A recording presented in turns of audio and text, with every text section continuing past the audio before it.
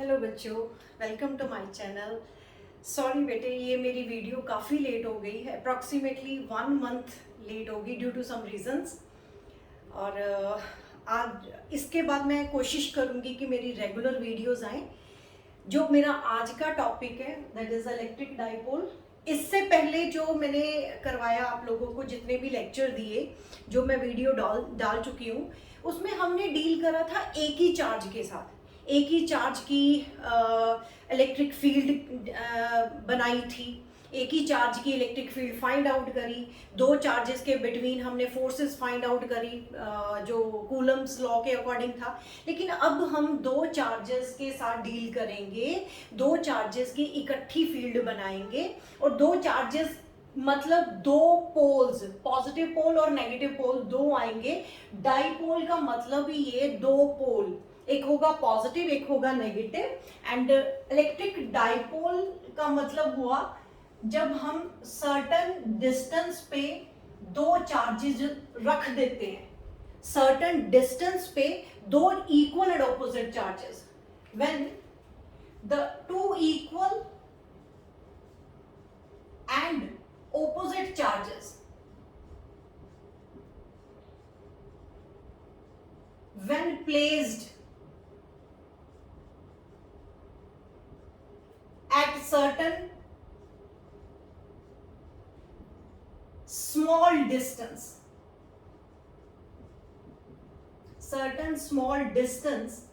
is called dipole.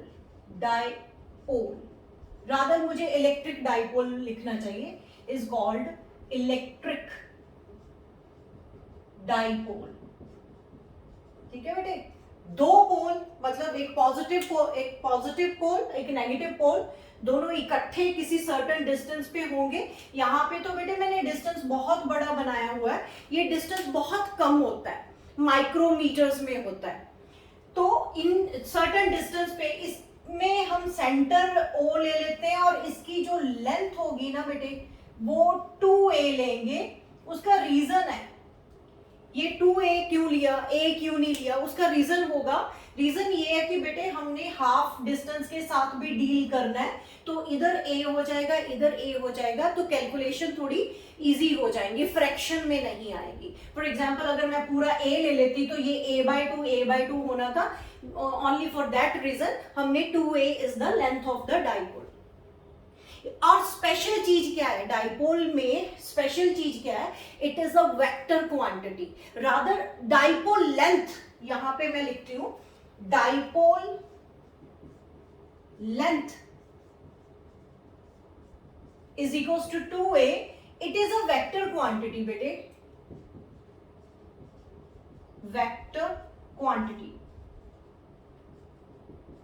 मतलब किसकी बात कर रही हूं, लेंथ की। Dipole length is a vector quantity और इसको हम 2a वेक्टर डालते हैं और इसकी डायरेक्शन होती है, direction is from -q to +q। आज तक हमने लेंथ को स्केलर क्वांटिटी ही मान के गए हैं, लेकिन डाइपोल के केस में डाइपोल लेंथ जो होगी वो वेक्टर क्वांटिटी होगी और उसकी direction from -q to +q होगी। तो इस हिसाब से हमारा जो डाइपोल मोमेंट होगा, डाइपोल जो है वो भी vector quantity. Dipole moment next definition है, वो भी मैं बता देती हूँ। ये इलेक्ट्रिक डाइपोल की डेफिनेशन थी। अब electric dipole movement,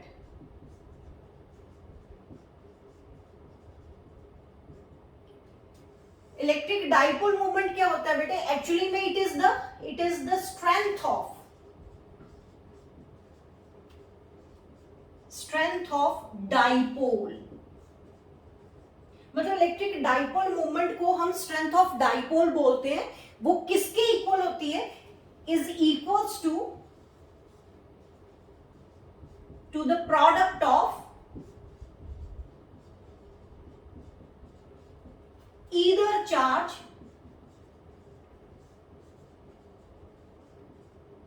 and dipole length। ठीक है। डाइपोल मोमेंट को डिनोट करते हैं बेटे हम P सिंबल के साथ। इसके ऊपर वेक्टर भी आएगा। Q is a scalar quantity, लेकिन यहां पे मैं बोल रही हूं कि dipole length is a vector quantity जिसकी direction from -q to +q है। याद रखना इलेक्ट्रिक फील्ड की डायरेक्शन फ्रॉम +q से -q थी, तो डाइपोल की डायरेक्शन इलेक्ट्रिक फील्ड की डायरेक्शन से ऑपोजिट है, इस चीज का ध्यान देना। तो हमारे पास डाइपोल मोमेंट का जो फॉर्मूला आ गया वो क्या आया बेटे, P vector is equals to Q into 2a जो कि डाइपोल लेंथ है, Q इंटू 2a जो कि डाइपोल लेंथ है। ठीक है, Q हमने कोई भी ले लेना है, मैग्नीट्यूड लेना है, यहाँ पे पॉजिटिव नेगेटिव का चक्कर नहीं होगा, हमने चार्ज का मैग्नीट्यूड लेना है, यानी आइदर चार्ज लेके उसको डाइपोल लेंथ के साथ मल्टीप्लाई कर दो। तो इसका ऐसा यूनिट क्या होगा बेटे, ऐसा यूनिट हो गया, ऐसा यूनिट ऑफ डाइपोल मोमेंट क्या होगा, कूलम मीटर। चार्ज का कूलम, इसका मीटर आ गया, कूलम मीटर इज द ऐसा यूनिट ऑफ दैट। और इसकी डायमेंशंस क्या होंगी, डायमेंशंस ऑफ डाइपोल मोमेंट क्या होगा, मास तो है नहीं, चार्ज को हम क्या लिखते हैं, m0 लिख देते हैं, चार्ज को हम क्या लिखते हैं, एम्पियर यानी करंट इनटू टाइम, और लेंथ का लिख देंगे L। तो हमारी डायमेंशंस क्या बनी बेटे, A1 M0 A1 T1 L1। तो ये आपकी डायमेंशंस ऑफ डाइपोल हो गई, डाइपोल मूवमेंट हो गई। रिपीट कर देती हूँ, डाइपोल मीन्स दो चार्ज, एक -q एक +q, सर्टेन डिस्टेंस पे पड़े हुए हैं, लेकिन मैंने डेफिनेशन पे स्मॉल डिस्टेंस को अभी अंडरलाइन कर लो। ये डिस्टेंस बेटे इतना कम होता है दोनों चार्जेस में, माइक्रोमीटर्स में होता है। तो डाइपोल का distance should be very very small, and dipole length हमने कभी नहीं पढ़ा कि लेंथ इज अ, हर बार हमने यही पढ़ा कि length is a scalar quantity, उसकी कोई डायरेक्शन नहीं होती, लेकिन डाइपोल के केस में लेंथ जो है that is a vector quantity, और उसकी डायरेक्शन क्या होगी, from -q to +q, a के ऊपर वेक्टर डाला जाएगा। एंड डाइपोल मोमेंट क्या होता है, it is the product of either charge and the dipole length. अगर डाइपोल लेंथ वेक्टर क्वांटिटी है तो डाइपोल मोमेंट भी वेक्टर क्वांटिटी होगा, तो इसलिए वेक्टर उसके ऊपर डाल दिया गया।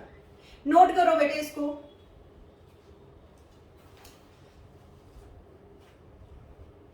नोट करो।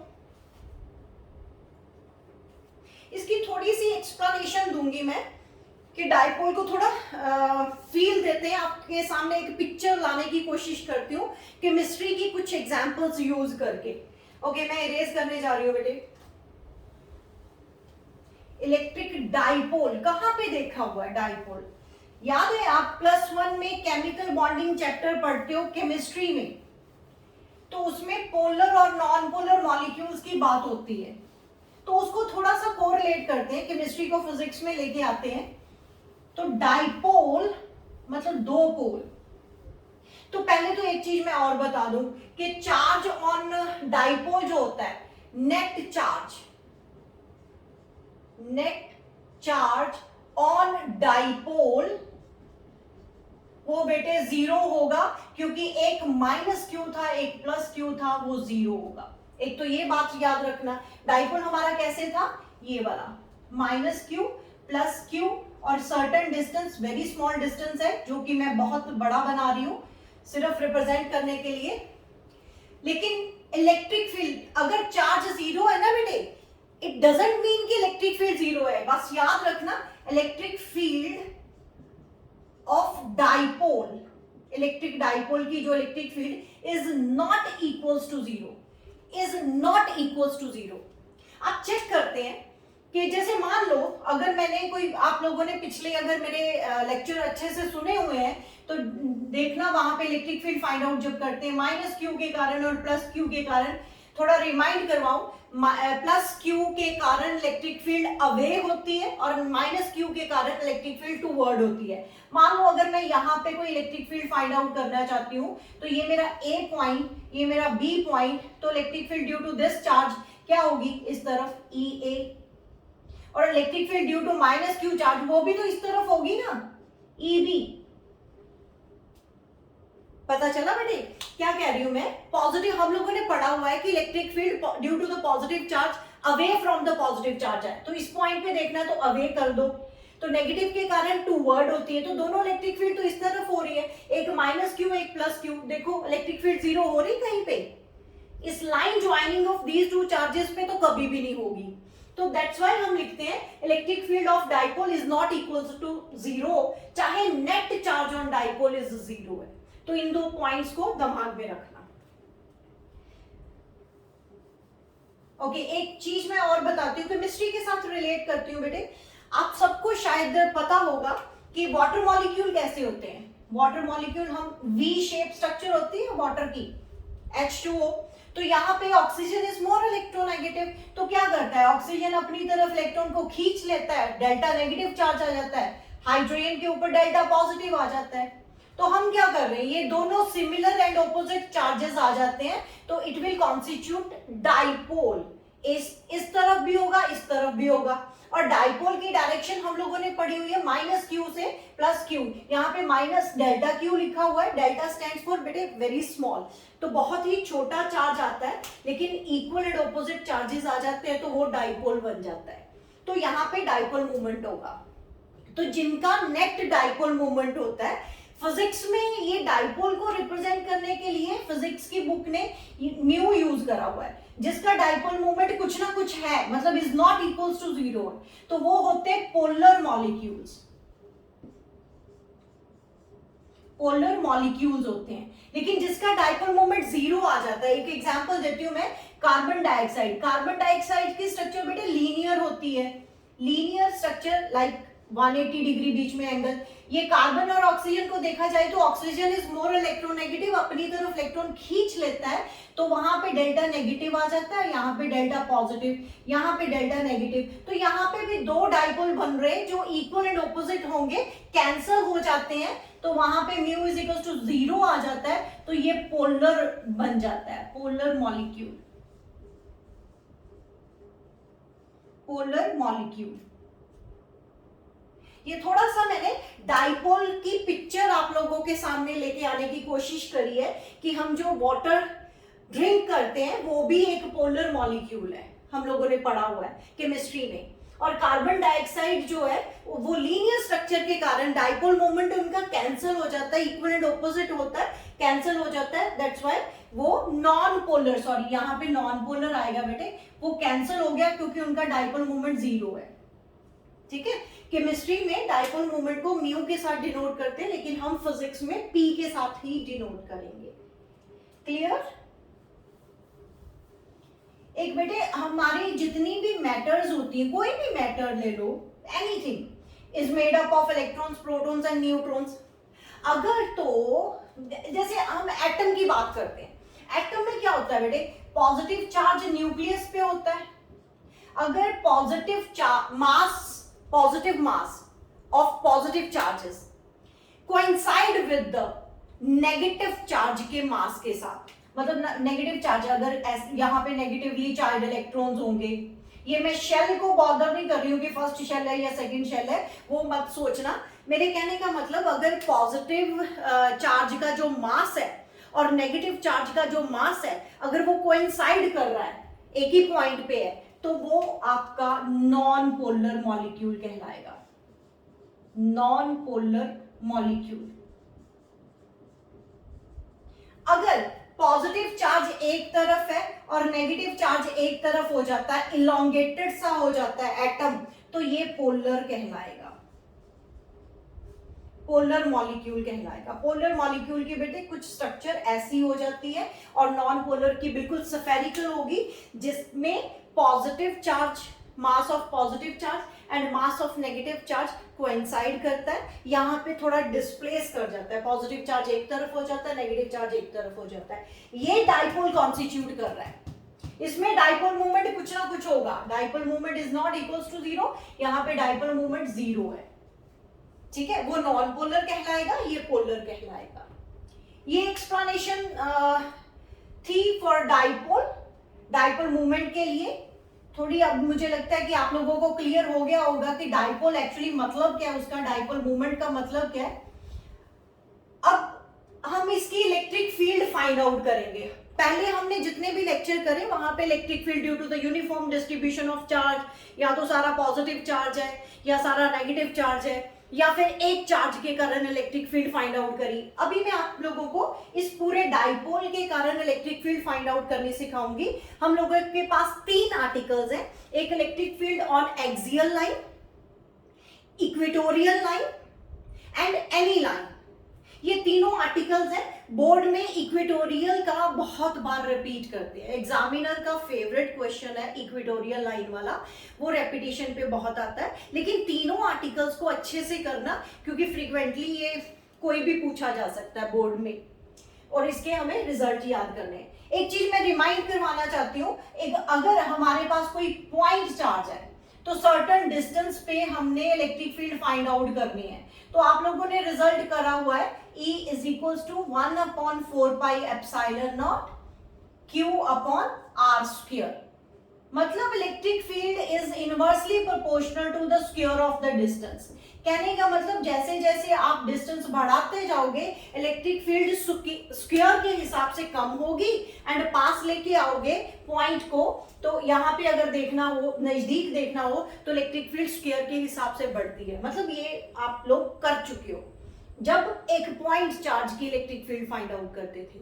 अब मैंने क्या करना है, इस डाइपोल की यानी -q और +q पूरे डाइपोल की इलेक्ट्रिक फील्ड किसी पॉइंट पे फाइंड आउट करेंगे। तो वो आप चेक करोगे, यहाँ पे हमारा इलेक्ट्रिक फील्ड का रिलेशन आएगा 1/r³। तो इससे डाइपोल के कारण इलेक्ट्रिक फील्ड का डिक्रीज होना, फॉल करना, वो क्यूब के साथ रिलेटेड है। और अगर सिर्फ एक पॉइंट चार्ज का करते थे वो स्क्वायर के साथ रिलेटेड था, 1/r²। यहाँ पे 1/r³ आएगा। ये मैं रिजल्ट आपको निकाल के दूंगी, ठीक है बेटे। करें 1 बाय 1 करके, तीनों आर्टिकल करते हैं। आज के लेक्चर में मैंने तीनों आर्टिकल करवा देने आप लोगों को, ओके।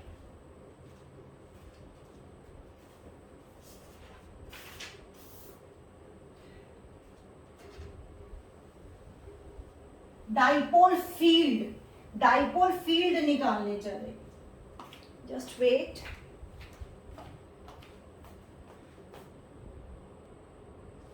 ठीक है बेटे, इलेक्ट्रिक डाइपोल हो गया, इलेक्ट्रिक डाइपोल मूवमेंट हो गया। अब मैं इलेक्ट्रिक डाइपोल फील्ड की बात कर रही हूं। ये डाइपोल के सराउंडिंग में वो स्पेस है जहां पे डाइपोल का इफेक्ट फेल्ट करा जा सकता है। तो वो हम करते हैं। पहले मैं एक्सियल, पहला आर्टिकल जो होगा वो बेटे एक्सियल लाइन के ऊपर होगा। मान लो ये मेरा डाइपोल है, -q इधर रख लो, +q इधर रख लो, A पॉइंट, B पॉइंट, यहाँ पे एक्सियल लाइन ये वाली होगी, स्ट्रेट लाइन बनाना। एक्सियल लाइन आपकी ये वाली होगी। यहाँ पे कोई भी P पॉइंट मैंने ले लिया जो कि इसके सेंटर से R डिस्टेंस पे है। P is the point on the axial line of the dipole, where at a distance R from the center of the dipole, where we have to find the electric field। करें बेटे? Okay, हम लोगों ने क्या पढ़ा हुआ है, अगर पॉजिटिव चार्ज है तो इलेक्ट्रिक फील्ड होती away from the positive charge, अगर नेगेटिव चार्ज है तो इलेक्ट्रिक फील्ड होती टूवर्ड द चार्ज। अब उसके हिसाब से करते हैं। अगर ये +q चार्ज है और यहाँ पे मैंने इलेक्ट्रिक फील्ड इसके कारण निकालनी है, तो वो होगी इस तरफ, away from the positive charge होगी, जो कि EB लिख देती हूँ, B पॉइंट पे है, दैट्स व्हाई। और ये वाली -q है, इस पे इलेक्ट्रिक फील्ड होगी इस तरफ, तो वो मैं लिख देती हूँ EA। ठीक है बेटे, आप चेक करो, मैंने EB का जो एरो बनाया हुआ है कुछ लंबा बनाया है और EA का छोटा बनाया है। ऐसा क्यों? इसलिए कि +q charge is nearer to the point P, इसकी स्ट्रेंथ, इसकी फील्ड की स्ट्रेंथ ज्यादा होगी, तो इसलिए मैंने थोड़ा एरो बड़ा बना दिया। एंड -q डिस्टेंस P से बहुत ज्यादा है इसके कंपैरेटिव, तो उसमें मैंने EA छोटा बना दिया।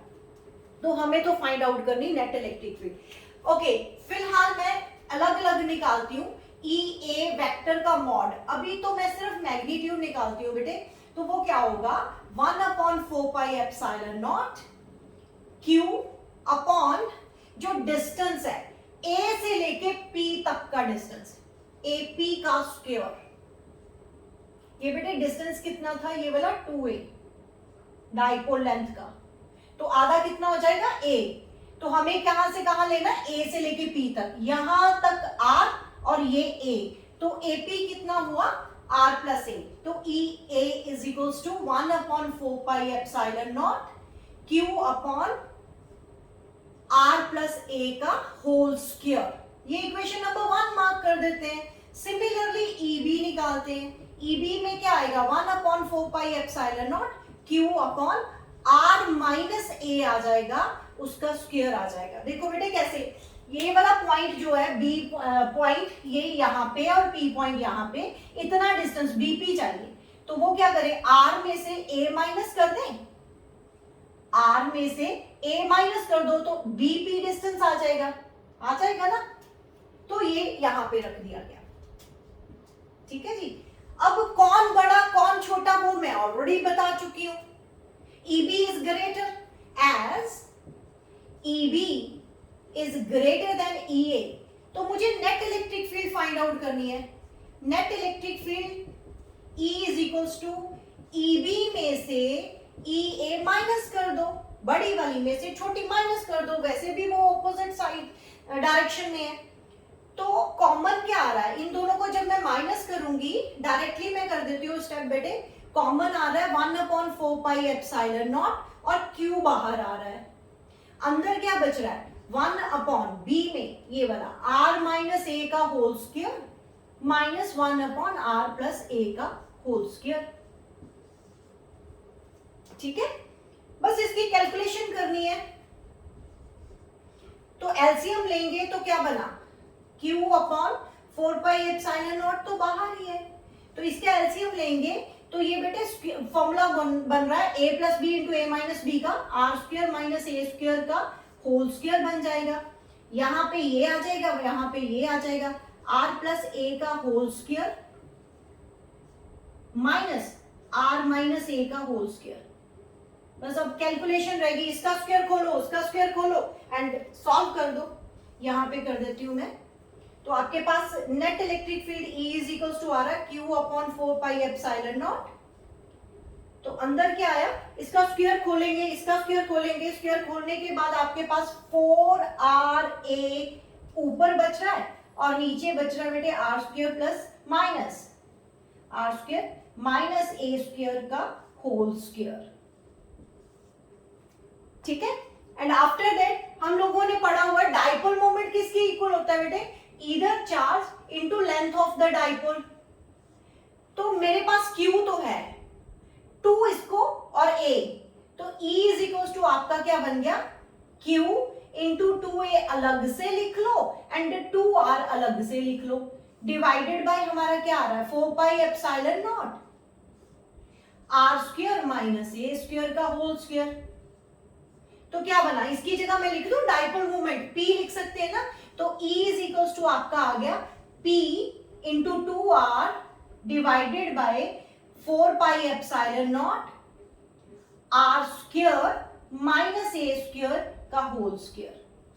ये तो स्केलर फॉर्म में लिखा हुआ है, अगर मैंने यही चीज वेक्टर फॉर्म में लिखनी है तो यहाँ पे वेक्टर डाल दूंगी और P जो है डाइपोल मोमेंट वो वेक्टर डाल दूंगी।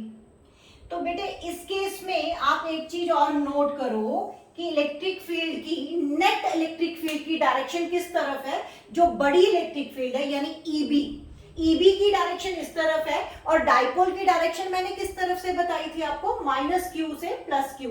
तो डाइपोल की डायरेक्शन भी इस तरफ एंड इलेक्ट्रिक फील्ड की डायरेक्शन भी इस तरफ, इसलिए मैंने यहाँ पे कुछ नहीं लगाया, मतलब पॉजिटिव साइन है। अगर ऑपोजिट होती तो मैं नेगेटिव साइन लगा देती यहाँ पे। ये मेरी इलेक्ट्रिक फील्ड एक्सियल लाइन पे फाइनल रिजल्ट आ रहा है, एक्सियल लाइन पे। लेकिन मुझे एक स्पेशल केस करना है, वो स्पेशल केस कौन सा है, for small dipole, for very small dipole. मैंने तो पहले ही बोला था कि डाइपोल की लेंथ जो है ना वो बहुत छोटी है, दैट मीन्स 2A, यानी A कह दो, A लिख दो या 2A लिख दो। A is very very small than R. तो निग्लेक्ट करो फिर ए को, यहां से ए स्क्वायर खत्म कर दो, यहां पे आर स्क्वायर का स्क्वायर करोगे तो वो 4 बन जाएगा, एक आर कट जाएगा। तो आपका फाइनल फॉर्मूला क्या बना, E is equals to 1/4 pi epsilon naught 2p upon R cube. बेटे यहां पे देखो क्या करा मैंने, ए स्क्वायर को मैंने निग्लेक्ट कर दिया यानी 0 कर दिया, आर स्क्वायर का स्क्वायर करोगे तो आर रेज टू पावर 4 बन जाएगी, एक आर ऊपर पड़ा वो कट जाएगा, तो नीचे आर क्यूब बचा ना सिर्फ। तो हमारे पास क्या बना 1/4 pi epsilon naught 2p upon R cube. मैंने बोला था ना कि इलेक्ट्रिक फील्ड के केस में जो रिलेशन हमारा आता है, एक पॉइंट चार्ज के केस में इलेक्ट्रिक फील्ड के केस में आता था 1/r², लेकिन जब हमने डाइपोल का केस करा, डाइपोल फील्ड की बात करते हैं, तो वो आ रहा था 1/r³। तो ये मैंने प्रूफ करवा दिया कि हमारे पास डाइपोल की इलेक्ट्रिक फील्ड का रिलेशन r³ के साथ इनवर्सली आ रहा है। तो ये आपको लर्न करना है, कमिट टू मेमोरी यहाँ पे लिखो। For the small dipole electric field on the axial line, ये वाला formula 1/4 pi epsilon naught 2p upon r³। अगर इसी को वेक्टर फॉर्म में लिखना है तो आपको यहां पे वेक्टर डाल देना है, वेक्टर डाल देना है। ठीक है बेटे, नोट करो इसको।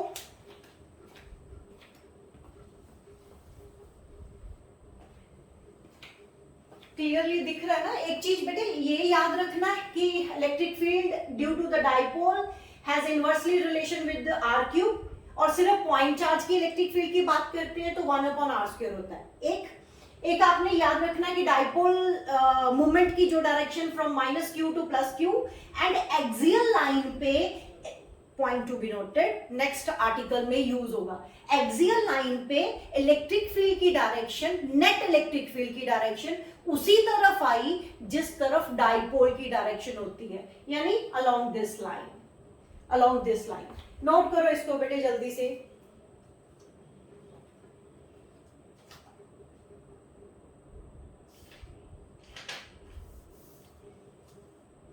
Okay, I'm going to erase it.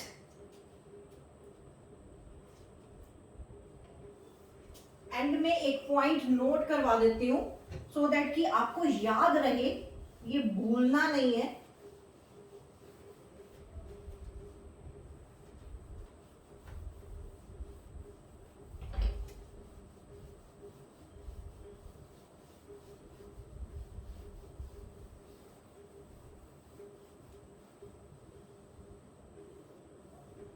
क्या लिखोगे आप नोट पे कि electric field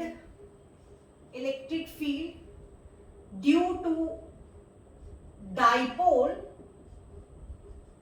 on axial line is in the direction of dipole moment। Dipole moment की डायरेक्शन में ही इलेक्ट्रिक फील्ड की डायरेक्शन है, due to dipole on the axial line. Axial line पे ऐसा होगा, ये जरूरत पड़ेगी बेटे, इसलिए मैं बोल रही हूं कि ये नोट में डाल दो सो दैट कि हम नेक्स्ट आर्टिकल में भी यूज कर सकें। ठीक है बेटे, ओके। अब हम करेंगे electric field on equatorial line. Axial line तो होगी ना डाइपोल के इसी तरफ एक्सिस के ऊपर, अब हम करेंगे डाइपोल की इक्वेटोरियल लाइन जो बाइसेक्ट करती है परपेंडिकुलर, वहां पे electric field due to the dipole निकालेंगे। ठीक है बेटे, ओके। तीनों आर्टिकल आज करवा दूंगी मैं। ये आपका -q + q charge, A point डाल दो, इसको B पॉइंट डाल दो। अब क्या करना है, इसके सेंटर पे परपेंडिकुलर बाइसेक्टर, यहां पे A डिस्टेंस इस तरफ हुआ बेटे एंड A डिस्टेंस इस तरफ हुआ, 2a लेंथ है ना, तो यहां पे कोई P पॉइंट ले लेते हैं where we have to find the electric field. फिर वही करें, अगर +q चार्ज है तो यहाँ पे पहले बेटे मैं लाइन एक यहाँ पे मीट कर देते हैं। और इसी लाइन के अलोंग पॉजिटिव क्यू चार्ज है तो इसी लाइन के अलोंग हमारी इलेक्ट्रिक फील्ड होगी due two plus Q charge, इसी लाइन के अलोंग, ठीक है। The line should be very straight. तो मैं EB लिख देती हूँ इसको, इलेक्ट्रिक फील्ड जो B पॉइंट पे चार्ज पड़ा है उसके कारण EB। और ये माइनस क्यू है, ये लाइन भी ज्वाइन कर देती हूँ मैं यहाँ पे, और ये इस तरफ इलेक्ट्रिक फील्ड होगी टूवर्ड द नेगेटिव चार्ज, इसको मैं लिख देती हूँ EA। तो इन दोनों का जो नेट रिजल्ट होगा तो वो इस तरफ होगा, नेट इलेक्ट्रिक फील्ड E, यही हमने फाइंड आउट करनी है due to the dipole. Positive Q charge के कारण इलेक्ट्रिक फील्ड इस पॉइंट पे P पॉइंट पे away from the charge, and negative के कारण टूवर्ड द चार्ज। तो नेट, इन दोनों का पैरेललोग्राम लॉ लगा दें, पैरेललोग्राम लॉ लगा दो तो नेट इलेक्ट्रिक फील्ड इस तरफ हो जाएगी। अब इसको कैसे सॉल्व करें? ये बेटे एंगल थीटा मानो, ये भी थीटा होगा, परपेंडिकुलर बाइसेक्टर है ना। अगर ये थीटा है तो आपको पता है कि ये भी एंगल थीटा होगा, दिस इज थीटा, ये लाइन और ये एंगल ऑल्टरनेट एंगल्स बन रहे हैं। तो अब इसको मैं रिजॉल्व कर दूंगी। रिजॉल्व कैसे करें? इस EA को भी रिजॉल्व कर देना, इस कंपोनेंट और इस कंपोनेंट में, और इसको भी रिजॉल्व कर देंगे इधर परपेंडिकुलर एंड हॉरिजॉन्टल कंपोनेंट में। दोनों कंपोनेंट्स में रिजॉल्व करके नेट रिजल्ट फाइंड आउट कर लेंगे। ये बेटे ये भी थीटा होगा, कैसे थीटा? आप देखो जरा, ये ऑल्टरनेट एंगल बन रहे हैं, ये line is parallel to the dipole length, तो आपका ये एंगल थीटा हुआ, ये भी एंगल थीटा हुआ। ये थीटा तो मैंने मान लिए थे, लेट कर लिए थे। अब मैं क्या कर रही हूँ, EA और EB को रिजॉल्व करने जा रही हूँ। आपको पता है ना, किसी भी वेक्टर को, जैसे ये EB था, EB है इधर, तो इसको मैंने रिजॉल्व करना है। ये मेरा कंपोनेंट और ये मेरा कंपोनेंट, अगर ये थीटा एंगल है तो आप लोगों को पता है इस तरफ क्या होगा, EB cos थीटा होगा, जिधर थीटा उधर cos आता है, एंड जिधर दूसरी तरफ EB sin थीटा आएगा।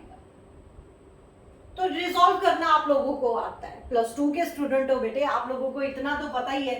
तो रिजॉल्व करें, EA को रिजॉल्व करने जा रही हूं तो मेरा इस तरफ आएगा, थोड़ा लंबा कर देते हैं इजी से आपको दिखाई दे। यहाँ पे EA cos थीटा, और इसका इस तरफ दूसरा कंपोनेंट EA sin थीटा होगा। अब इसको कर देती हूँ, क्या बेटे ऐसे करते हैं, यहाँ पे थोड़ा कॉम्प्लिकेटेड सा हो गया तो अलग से कर देती हूँ मैं, यहाँ से अलग से कर देती हूँ, अलग से डायग्राम बना देते हैं यहाँ पे, ठीक है। ओके, ये रिजॉल्व, मैं क्या बनाने जा रही हूँ, यहाँ पे मेरा EA इधर EA है, ये मेरा EB है, और नेट इलेक्ट्रिक फील्ड इधर लेके आ रहे हैं, और दोनों एंगल थीटास हैं, ये भी थीटा ये भी थीटा।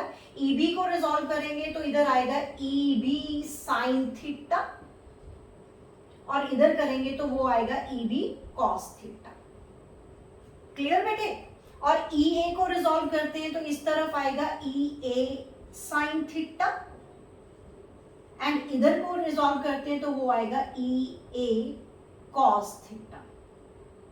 इसको छोटा कर देते हैं, देखो रिजॉल्व हो रहा है। अब इसका horizontal component EB cos theta EA sin theta एक ही डायरेक्शन में है, यानी ऐड होगा। और वर्टिकल कंपोनेंट जो एक ऊपर एक नीचे है वो माइनस हो गए। लेकिन देखना ये है, ये एग्जैक्टली कैंसिल हो रहे हैं, चेक करें। चलो चेक करते हैं बेटे। तो सबसे पहले मुझे इलेक्ट्रिक फील्ड EA निकालनी है। EA is equal to 1/4 pi epsilon naught. Charge कौन सा Q। एक और मैं बात बता दूं बेटे, इलेक्ट्रिक फील्ड, जब तक हम इलेक्ट्रिक फील्ड फाइंड आउट करते हैं, फोर्स फाइंड आउट करते हैं, हम कभी भी चार्ज का साइन नहीं लेते। -Q या +Q बॉदर नहीं करते, उसका मैग्नीट्यूड लेते हैं। कूलम ने स्पेशली बोला था मैग्नीट्यूड ऑफ द चार्ज। जब तक इलेक्ट्रिक पोटेंशियल वाला चैप्टर नहीं आ जाता, पोटेंशियल में हम माइनस को माइनस लिखेंगे, माइनस क्यू को, एंड प्लस लिखा हुआ तो प्लस क्यू लिखेंगे, तो वहां पे बॉदर करना है साइन को। लेकिन जब तक हम इलेक्ट्रिक फील्ड के साथ डील कर रहे हैं, चाहे वो डाइपोल की इलेक्ट्रिक फील्ड है, चाहे वो सिंगल चार्ज पॉइंट चार्ज की इलेक्ट्रिक फील्ड है, वहां पे हमने साइन को बॉदर नहीं करना। ये पॉइंट नोट करना। अभी भी मैंने electric field due to charge minus Q कर रही हूं, यहाँ पे मैं माइनस क्यू नहीं लिखूंगी, इस चीज का ध्यान देना है। अब ए पॉइंट पे चार्ज पड़ा है और इलेक्ट्रिक फील्ड आपने पी पॉइंट पे लेके आनी है, तो एपी हो गया, एपी का स्क्वायर, एपी का स्क्वायर। अब बेटे ये आपका डिस्टेंस मैंने आर कंसिडर करा और ये ए, पाइथागोरस थ्योरम लगाए तो एपी इज इक्वल्स टू किसके इक्वल आ रही है, R square plus A square का अंडर रूट। पाइथागोरस थ्योरम लगा दो, ए स्क्वायर आर स्क्वायर उसका अंडर रूट आ जाएगा ये। तो सिमिलरली ये भी तो उतना ही होगा ना, ये भी तो R square plus A square का अंडर रूट ही तो होगा, सेम ही तो डिस्टेंस है, ठीक है। एपी भी इज इक्वल्स टू दिस है एंड बीपी भी इसी के इक्वल है। तो ये वैल्यू मैं यहाँ पे पुट करती हूँ। EA इज इक्वल्स टू हमारा आ गया 1/4 pi epsilon naught Q upon, इसका स्क्वायर करेंगे तो अंडर रूट खत्म, अंडर रूट खत्म हो गया। इसको इक्वेशन नंबर 1 मार्क कर दो। अभी इसको 1 मार्क कर देते हैं, लेकिन उसको कुछ लिखना है इसीलिए मैंने रोक दिया। EB चेक करें, 1/4 pi epsilon not, B point पे चार्ज पड़ा Q, डिस्टेंस कौन सा BP, BP भी तो इतना ही है, BP भी तो इतना ही है। अब चेक क्या करना है बेटे, इन दोनों इलेक्ट्रिक फील्ड्स का मैग्नीट्यूड सेम आ रहा है, तो सेम आ रहा है तो क्यों ना मैं इसको E लिख दूं, इसको भी E लिख दूं, से मैग्नीट्यूड तो सेम है लेकिन इनकी डायरेक्शन सेम नहीं है, डायरेक्शन डिफरेंट थी, EA इधर EB इधर, जिसका रिजल्टेंट हम E लेके आ रहे हैं इस तरफ, इसको मैं लिख दूंगी E नेट। तो हमने रिजॉल्व करके E नेट किसके इक्वल आ रहा है वो देखो, E net is equals to, अब आप चेक करो, जब EA और EB दोनों इक्वल टू E है, मतलब सेम है मैग्नीट्यूड, तो E साइन थीटा ऊपर E साइन थीटा नीचे, तो वर्टिकल कंपोनेंट तो कैंसिल हो रहे हैं, तो ये वाले हॉरिजॉन्टल कंपोनेंट ऐड हो जाएंगे। तो E net is equals to क्या आ गया बेटे, EB की जगह भी मैं E cos थीटा लिखूंगी, तो दूसरा EA की जगह भी मैं E cos थीटा लिखूंगी, तो ये तो 2 टाइम्स हो गया ना, 2E cos थीटा। तो अब E की वैल्यू पुट कर देते हैं, E की वैल्यू कोई भी एक उठा के ये वाली पुट कर दो, तो क्या आया 1/4 pi epsilon naught Q upon R square plus A square और cos थीटा। इस ट्राइंगल में से cos थीटा निकाल सकते हो बेटे, cos थीटा क्या होता है, base upon hypotenuse, base upon hypotenuse, तो cos थीटा की जगह में a अपॉन हाइपोटेन्यूज क्या है बेटे, under root of R square plus A square, R square plus A square. अब ये R square plus A square की पावर 1 है और इसकी पावर 1/2 है, तो 1 + 1/2 3/2 होता है, तो उसको कंबाइन कर देते हैं, तो हमारा रिजल्ट आया 1/4 पाई एप्सिलॉन नॉट। एक और चीज बेटे, Q into 2A, Q into 2A ये P के इक्वल है, अपॉन हमारे पास आ गया R square plus A square की रेज टू पावर 3/2, ये हमारा E नेट आ गया, E नेट आ गया। क्लियर हुआ, नोट करो बेटे इसको, स्पेशल केस इसका भी करवाती हूं फिर।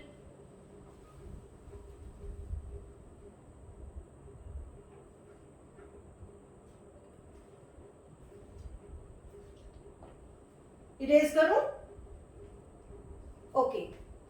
अब यहां पे मैं एक बार वो बता दूं आपको, स्पेशल केस, स्पेशल केस क्या दे रही हूं मैं कि आपका dipole is very very small and R is very large, तो फॉर स्मॉल डाइपोल के लिए A is very very less than R, तो आप फिर ए को निग्लेक्ट कर दो यहाँ पे, तो ई नेट क्या आ जाएगा, E net is equals to आपका आ गया 1/4 pi epsilon naught P upon, यहाँ पे ए स्क्वायर कैंसिल हो गया, R square raise to power 3/2, तो आर स्क्वायर का रेज टू पावर 3/2 करोगे तो बेटे ये 2 तो कट गया, आर क्यूब आ गया, E net is equals to क्या आ गया 1/4 pi epsilon naught P upon R cube, P upon R cube. फिर वो देखो बेटे E electric field due to the dipole का आपका आर क्यूब के साथ रिलेशन बन रहा है, आर क्यूब के साथ रिलेशन बन रहा है। ये मैंने स्टार्टिंग में ही पॉइंट बताना शुरू कर दिया था कि डाइपोल की इलेक्ट्रिक फील्ड स्ट्रेंथ जो है वो आर यानी डिस्टेंस के क्यूब के इनवर्सली प्रोपोर्शनल आती है। एक चीज ये नोट करनी है और दूसरी नोट क्या करनी है कि इस बार हम डायरेक्शन चेक करें इस बार कि डाइपोल की डायरेक्शन किस तरफ है और नेट इलेक्ट्रिक फील्ड की डायरेक्शन किस तरफ है। चेक करो, डाइपोल की direction from -q to +q होती है, यानी अलोंग ए बी होगा, लेकिन नेट इलेक्ट्रिक फील्ड P, इधर कोई पॉइंट रख दें, Px रख दो, चलो ये पॉइंट x रख देते हैं, अलोंग Px। चेक करो बेटे ये ऑपोजिट आई, ऑपोजिट आ रही है ना, यही बात तो नोट करनी है। एक्सियल के केस में क्या आ रहा था, electric field, net electric field is in the direction of dipole, dipole moment की डायरेक्शन में थी, मतलब सेम डायरेक्शन में थे। इस बार हमारी इलेक्ट्रिक फील्ड डाइपोल मूवमेंट की डायरेक्शन इस तरफ है, लेकिन नेट इलेक्ट्रिक फील्ड की डायरेक्शन ऑपोजिट डायरेक्शन में है, तो ये पॉइंट नोट करना है। तो वेक्टर नोटेशन में अगर लिखते हैं तो नेगेटिव साइन आएगा यहाँ पे, यहाँ पे अगर मैं वेक्टर फॉर्म में लिख देती हूँ E vector is equals to, यहाँ पे वेक्टर डालती हूँ तो नेगेटिव साइन आएगा, ऑपोजिट डायरेक्शन में आएगा, नोट करना पड़ेगा। ये भी मैं इरेज करती हूँ और नोट में लिखेंगे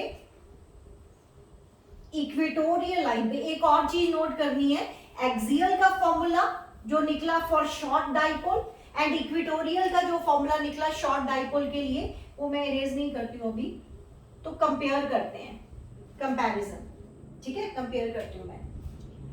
ई एक्सियल हमने निकाली थी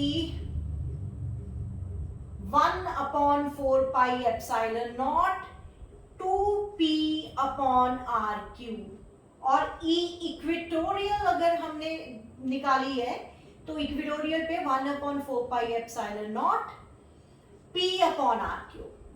अगर इन दोनों का रिलेशन निकाले तो हमारे पास क्या आ रहा है, ई एक्सियल अपॉन इक्वेटोरियल कर दो, E axial upon E equatorial is equals to 2 आ जाएगा, यानी ई एक्सियल जो है ना बेटे वो ट्वाइस द ई इक्वेटोरियल आ गई। एक तो ये लर्न करना है, दूसरा नोट मैंने इसके केस में नोट देना था आपको कि on equatorial line,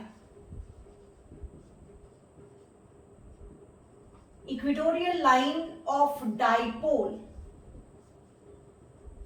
electric field is opposite to the direction of, opposite to the direction of electric dipole, electric dipole। ये नोट करना है, नोट करो इसको।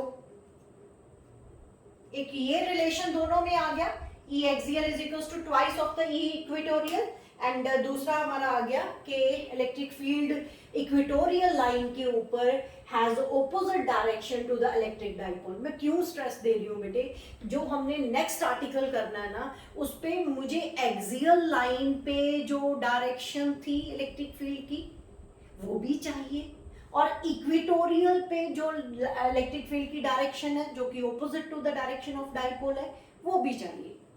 ठीक है, करें नेक्स्ट आर्टिकल, ये नोट करो, नेक्स्ट आर्टिकल शुरू करते हैं। ओके, नेक्स्ट आर्टिकल जल्दी से करते हैं। अभी हमने डाइपोल की इलेक्ट्रिक फील्ड एक्सियल पे और इक्वेटोरियल पे निकाली। अगर मैं किसी भी पॉइंट पे निकालनी हो, नहीं मैंने निकालनी इक्वेटोरियल पे, नहीं मैंने निकालनी एक्सियल लाइन पे, किसी भी लाइन पे करनी हो तो वो भी निकल आएगी। देखिए कैसे निकलती है। ओके, वो भी निकल आएगी बेटे, उसमें थोड़ा सा हमें ट्रिक अप्लाई करना पड़ेगा। Electric field on any axis, ना तो एक्सियल है ना इक्वेटोरियल है, on any axis of the dipole. ठीक है, ये मैंने डाइपोल बनाया, इसमें थोड़ी सी डायग्राम को अंडरस्टैंड करना पड़ेगा। माइनस क्यू प्लस क्यू, ये डाइपोल का नाम मैंने रखा ए पॉइंट है ये वाला, और ये वाला मेरा बी पॉइंट है। ठीक है बेटे, ओके। अभी मुझे ना एक्सियल पे जाना ना इक्वेटोरियल पे, सेंटर मैंने पॉइंट वो ही ले लिया ओ पॉइंट, और डिस्टेंस ये भी ए ही है। ठीक है, वो 2a is the length of the dipole, वो वैसे ही सब कुछ वैसे ही। अब मैंने क्या करा, मैंने कोई भी एनी एक्सिस बना दी। ये एनी एक्सिस ना तो इक्वेटोरियल है ना एक्सियल है, तो सर्टेन एंगल पे मैंने कोई भी एक्सिस बना दी और इसके ऊपर कोई P पॉइंट रख दिया जो कि इससे r डिस्टेंस पे है, where we have to find the electric field due to this dipole, due to this dipole। ठीक है, इंटरेस्टिंग है बेटे, अच्छे से समझो। इसी आर्टिकल से हम पिछले 2 आर्टिकल जो करके आए, इसके रिजल्ट में उनकी वैल्यू पुट करेंगे, थीटा की वैल्यू पुट करेंगे तो वो आर्टिकल प्रूफ हो जाते हैं। तो करते हैं, क्या करा मैंने, कोई भी एक्सिस ले ली जो कि थीटा एंगल बना रहा है डाइपोल के साथ। डाइपोल मूवमेंट किस तरफ होगा बेटे, माइनस क्यू से प्लस क्यू है, तो यहाँ पे P लिख सकती हूँ। डाइपोल मूवमेंट की डायरेक्शन फ्रॉम माइनस क्यू से प्लस क्यू है। P पॉइंट ये पड़ा है, यहाँ पे मुझे इलेक्ट्रिक फील्ड फाइंड आउट करनी है। तो क्या करें, ध्यान से समझना, ध्यान से समझना। P वेक्टर को मैं 2 कंपोनेंट में रिजॉल्व कर देती हूँ पहले ही। ये मेरा डाइपोल मूवमेंट है, इसको मैं रिजॉल्व करने जा रही हूँ। इसके मेरे 2 कंपोनेंट होंगे, एक तो रखूंगी इस तरफ, एक रखूंगी इसके परपेंडिकुलर। चेक करो अब कैसे, एक हो जाएगा इस तरफ P cos थीटा। ठीक है, दिखाई दे रहा है बेटे, थोड़ा बड़ा करूं, ओके। ये डाइपोल, मतलब ये डाइपोल है आपका P, और इसको मैं अलोंग द एक्सिस, जो आपने एनी एक्सिस रखी हुई है उसके अलोंग एक रिजॉल्विंग कंपोनेंट लूंगी P cos थीटा, एंड एक उसके परपेंडिकुलर लूंगी P sin थीटा। ठीक है बेटे, ये काम मैं यहाँ पे शो करने जा रही हूँ। मैं करने जा रही हूँ, यहाँ पे लिख दिया मैंने P cos थीटा, और इसके परपेंडिकुलर लिख रही हूं मैं, इस लाइन के परपेंडिकुलर आ जाएगा ये वाला, वो मेरा हुआ P sin थीटा। कंफ्यूज मत होना, अंडरस्टैंड करो, तभी मैंने वो साइड पे बना दिया। Dipole moment P minus Q से प्लस क्यू, इस डाइपोल मोमेंट को मैंने 2 कंपोनेंट्स में रिजॉल्व करा। एक component along the any axis जिस पे P पॉइंट है, जहां पे हमने इलेक्ट्रिक फील्ड फाइंड आउट करनी है, एक जो इस एक्सिस के परपेंडिकुलर है। अब मैं इसको रिजॉल्व करके यहाँ पे एक डाइपोल बना दूंगी, ये वाला, और यहाँ पे इस तरफ बना दूंगी डाइपोल। देखना अभी मैं क्या करने जा रही हूँ, ये मेरा हो गया यहाँ पे A1, यहाँ पे B1, ये R पॉइंट कहीं और लिख देती हूँ बेटे। A1 B1 डाइपोल है, ये वो डाइपोल है जो हमने रिजॉल्व करे। ये मैं रख दूंगी A2 B2 डाइपोल। एक्चुअली में डाइपोल कौन सा है, AB, उसको 2 कंपोनेंट में रिजॉल्व कर दिया P cos theta. P cos theta के अकॉर्डिंग मैंने डाइपोल बना दिया A1 B1। A1 B1 is the dipole who has the dipole moment P cos theta, and उसके perpendicular A2 B2। A2 B2 is the dipole whose dipole moment is P cos theta। यहां तक clear हुआ बेटे? Okay, हमने क्या करना है, P point पे इलेक्ट्रिक फील्ड फाइंड आउट करनी है।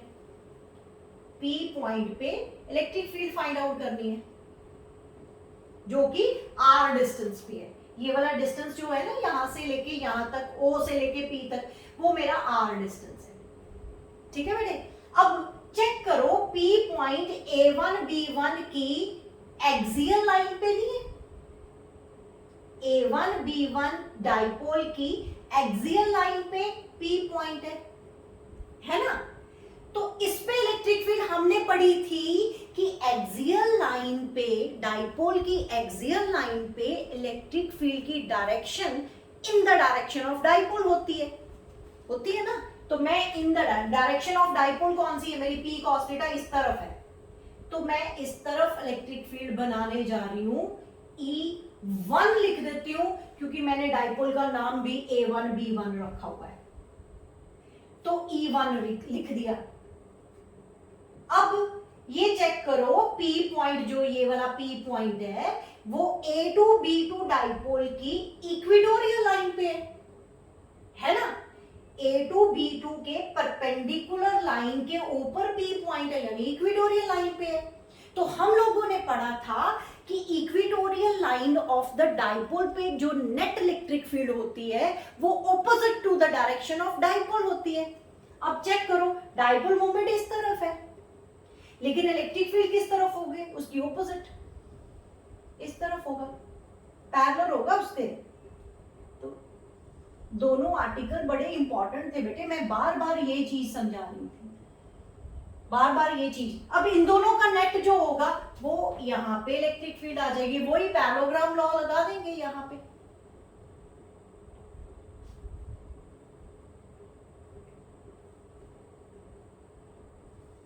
यहाँ पे आपकी नेट इलेक्ट्रिक फील्ड E आ जाएगा और वो हमारे पैरेललोग्राम लॉ से निकल आएगी। वो तो निकालनी इजी हो जाएगी, पहले ये समझो अच्छे से।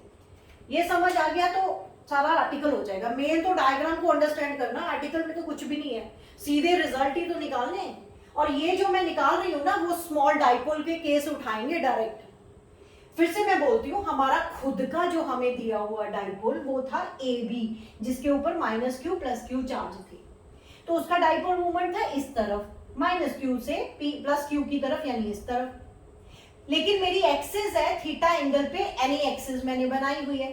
मैंने क्या करा, P को मैंने दो कंपोनेंट में रिजॉल्व कर दिया, एक P cos थीटा, एक P sin theta, dipole moment आ गए दो कंपोनेंट। तो मैंने क्या करा, P cos थीटा जिस एक्सिस के ऊपर मैंने P पॉइंट रखा हुआ है उसको एक डाइपोल बना दिया, A1 B1, जिसका डाइपोल मोमेंट क्या है, P cos थीटा। एक मैंने डाइपोल बना दिया A2 B2, जिसका डाइपोल मोमेंट क्या है, P sin थीटा। तो इस लाइन को देखूं, A1 B1 डाइपोल को देखूं तो मेरा P पॉइंट उसकी एक्सियल लाइन के ऊपर है। तो एक्सियल लाइन में हमने देखा था कि electric field, net electric field जो थी in the direction of dipole थी। मेरा डाइपोल की डायरेक्शन ये वाली है, तो इलेक्ट्रिक फील्ड की डायरेक्शन भी वो होगी। इक्वेटोरियल लाइन पे हमने देखा था कि इलेक्ट्रिक फील्ड की direction opposite to the dipole, dipole की डायरेक्शन इस तरफ है लेकिन उसकी ऑपोजिट बना दी। E1 और E2 निकाल लो, आंसर आ जाएगा। तो हम लोगों ने क्या पढ़ा था, एक्सियल वाला। E1 लिखूंगी बेटे, E1 एक्सियल वाली है, ये एक्सियल वाला रिजल्ट फॉर स्मॉल डाइपोल वाला लगाएंगे। स्मॉल डाइपोल E = 1/4πε0, वहां पे था P up to P upon distance का स्क्वायर, डिस्टेंस का स्क्वायर R स्क्वायर, यानी क्यूब था, सॉरी बेटे, क्यूब R क्यूब। तो यहाँ पे P कौन सा है, P cos थीटा, यहाँ पे P cos थीटा लगाओ, 1/4πε0 2P cos theta upon R cube. ये बेटे मैंने डायरेक्ट स्मॉल डाइपोल के ही रिजल्ट निकालने। इसी तरह E2 निकाल दूं, वो कौन सी, इक्वेटोरियल वाली है,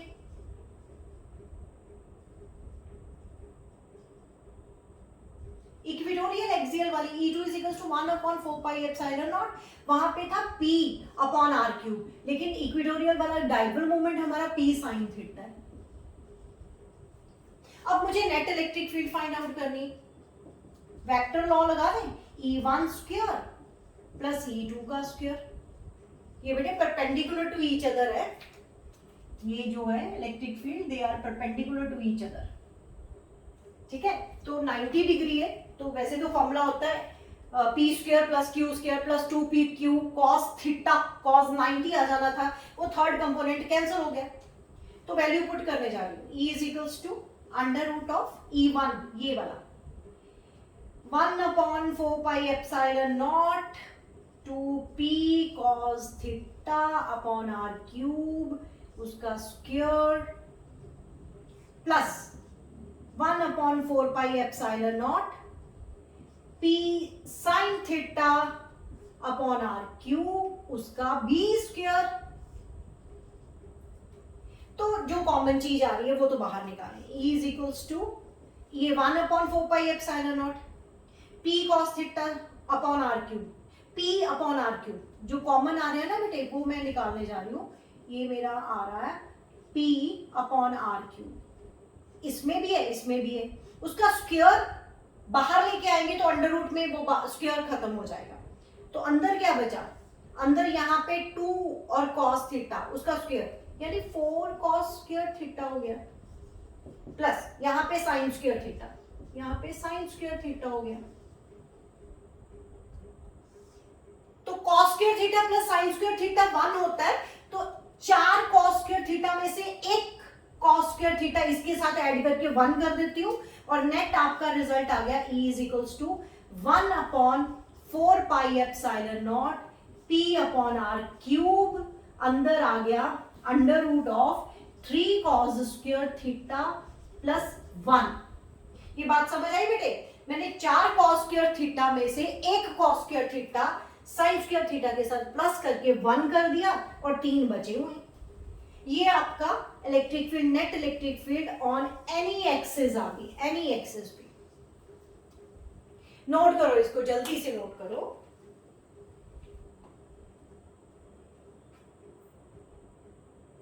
इरेज करो, स्क्रीनशॉट ले लिया करो बेटे, बाद में अच्छे से कर लिया करो इसको। ओके, अब मुझे एक तो बताना है कि अगर थीटा एंगल, हाँ जी, एक केस बनाते हैं हम, स्पेशल केस बना लेते हैं। ये रिजल्ट मैं इरेज नहीं करूंगी अभी, ये फाइनल रिजल्ट चाहिए मुझे अभी। तो आपका मान लो थीटा एंगल 0 है, मतलब ये जो एनी एक्सिस थी, थीटा एंगल 0 मतलब यहां पे, फिर से देखो, अगर थीटा एंगल ये एनी एक्सिस जो है जिस पे पी पॉइंट है, अगर थीटा एंगल मेरा 0 है तो ये वाली एक्सिस इस तरफ ही आ जाएगी ना, तो वो तो एक्सियल लाइन होगी, है ना। ये डाइपोल उठा के इधर कर दूं तो वो तो एक्सियल लाइन के ऊपर हो गया। तो थीटा अगर यहाँ पे 0 पुट करते हो, करके देखें, ऑन एक्सियल इफ थीटा, पहले हम लिखते हैं if theta is equals to 0, तो फिर वो ई एक्सियल बन जाती, दैट इज एक्सियल लाइन। तो एक्सियल लाइन पे यहाँ पे मैं पुट करने जा रही हूँ, तो E is equals to 1/4πε0, check करो, तो वहां पे P अपॉन आर क्यूब, तो अंदर क्या आया 3 cos स्क्वायर थीटा, cos 0 1 होता है, cos 0 1 होता है ना बेटे, तो 1 हुआ तो क्या बना, ये अंडर रूट में है, तो 3 + 1 यानी 4 का अंडर रूट करेंगे तो 2, तो E एक्सियल का रिजल्ट यही नहीं था, यही तो था, यही तो था बेटे, 2p upon R cube E axial. अब अगर थीटा एंगल उठा के मैं ऐसे कर दूं परपेंडिकुलर, यानी थीटा 90 कर दूं, तो 90 करूंगी तो वो इक्वेटोरियल बन रहा है, तो यहाँ पे थीटा 90 पुट करके देखो तो जरा, अगर theta, if theta is equal to 90 degree यानी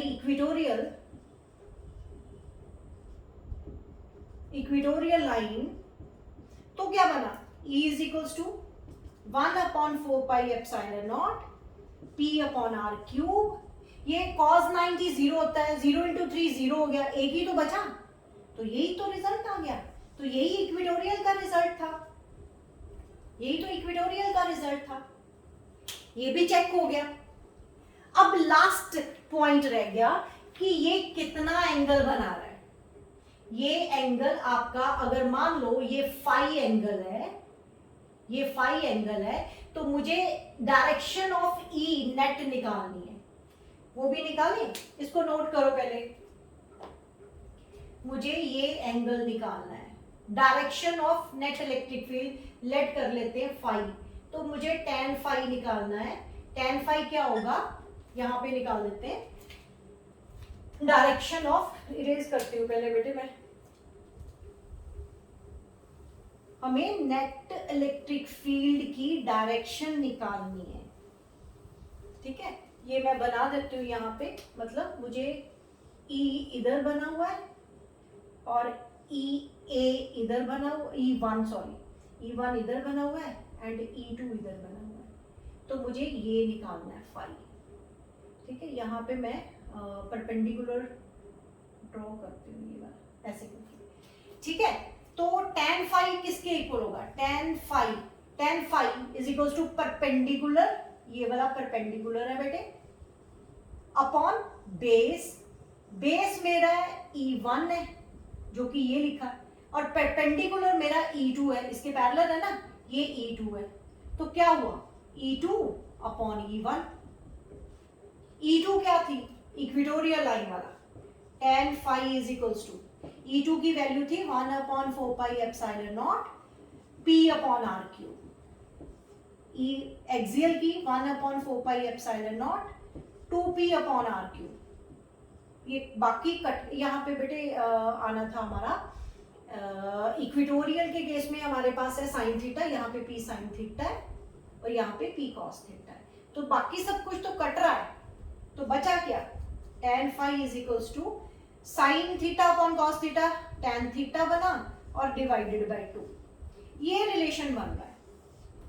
tan phi is equals to tan theta, theta क्या था, ये वाला एंगल, तो यहां से अगर फाई निकालना हो तो क्या होगा, phi is equals to tan inverse of that, phi is equals to tan inverse of tan theta upon 2, tan theta upon 2। Clear हुआ बेटे? ये 3 आर्टिकल मैंने आज करवाए डाइपोल के। डाइपोल का मैंने एक्सप्लेन करा, डाइपोल मूवमेंट क्या होता है, डाइपोल फील्ड क्या होती है, और वो फील्ड हमने एक्सियल लाइन पे, इक्वेटोरियल लाइन पे और एनी लाइन पे निकाली। ये 3 आर्टिकल है, उसको अच्छे से करना। मैंने बोला बोर्ड में इक्वेटोरियल वाला जो आर्टिकल है वो बहुत फ्रीक्वेंटली पूछते हैं, तो एग्जामिनर का फेवरेट क्वेश्चन है हर बोर्ड के लिए, तो उसको तो अच्छे से करना ही है। नेक्स्ट आपके इस चैप्टर में अब एक ही आर्टिकल रह गया कि जब हम डाइपोल को किसी यूनिफॉर्म इलेक्ट्रिक फील्ड में रखते हैं किसी सर्टेन एंगल पे, तो उस पे टॉर्क लगेगा। नेक्स्ट लेक्चर में वो टॉर्क वाला आर्टिकल करवाऊंगी, उसको इक्विलिब्रियम में कैसे लेके आ सकते हैं, उसका स्टेबल इक्विलिब्रियम कौन सा है, अनस्टेबल इक्विलिब्रियम कौन सा है, उस आर्टिकल पे एक मैंने पूरा वीडियो बनाना है, उसको अच्छे से एक्सप्लेन करूंगी और अच्छे अच्छे न्यूमेरिकल्स करेंगे, इनके साथ रिलेटेड भी और टॉर्क के साथ रिलेटेड भी। मेरे कहने का मतलब नेक्स्ट लेक्चर में, नेक्स्ट वीडियो में मेरा एक ही आर्टिकल होगा टॉर्क वाला, और प्लस उसके साथ न्यूमेरिकल्स होंगी। ठीक है बेटे, अब मैं कोशिश करूंगी जल्दी से जल्दी वीडियोस डालूं, वेट नहीं करना पड़ेगा। सॉरी कि आप लोगों को इतना वेट करना पड़ा, मैंने अप्रॉक्सीमेटली 1 मंथ के बाद वीडियो डाली due to some reasons, sorry for that. अब ये मैं अपना लेक्चर खत्म करने जा रही हूँ बेटे, आप लोग अच्छे से पढ़ो। Self study is very very important. जो हम लोग समझाते हैं वो आप लोगों के दिमाग में तभी रहेंगी अगर आप सेल्फ स्टडी करते हो। इन नोट्स को कोशिश करो अपने आप बनाया करो, जब भी मैं करवाती हूँ साथ साथ रिटर्न करो और उसको डिटेल में नोट, जैसे मैं बोलती हूँ, कोई भी मैं वर्डिंग बोलती हूँ, कोई भी मैं स्पेशल पॉइंट्स बोलती हूँ, उनको लिखा करो। नोट्स खुद बनाना ही सबसे बेनिफिशियल वर्क रहता है। ठीक है बेटे, ओके, अपना ध्यान रखो, पढ़ो, अच्छे से पढ़ो, मन लगा के पढ़ो। All the very best.